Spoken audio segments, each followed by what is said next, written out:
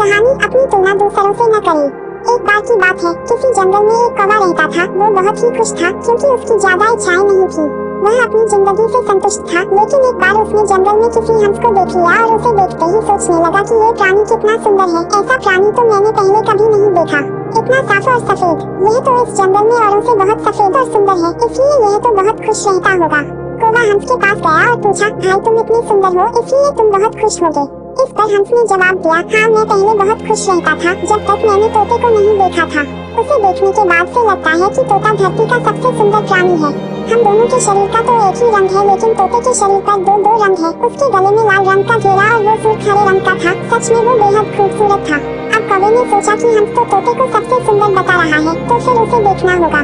कौवा तोते के पास गया और पूछा, भाई तुम दो रंग पाकर बड़े खुश होगे। इस पर तोते ने कहा, हाँ मैं तब तक खुश था जब तक मैंने मोर को नहीं देखा था। मेरे पास तो दो ही रंग हैं, लेकिन मोर के शरीर पर तो कई तरह के रंग हैं। अब कौवे ने सोचा, सबसे ज्यादा खुश कौन है, यह तो मैं पता करके ही रहूंगा, इसलिए अब मोर से मिलना ही पड़ेगा।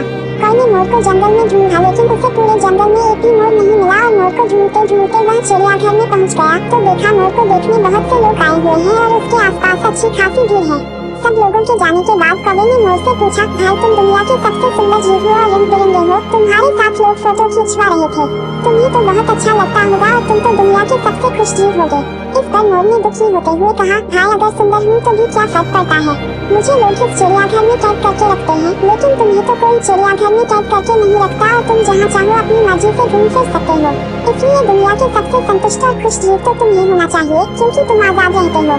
कौवा हैरान रह गया क्योंकि उसके जीवन की अहमियत कोई दूसरा बता गया। दोस्तों, ऐसा ही हम लोग भी करते हैं।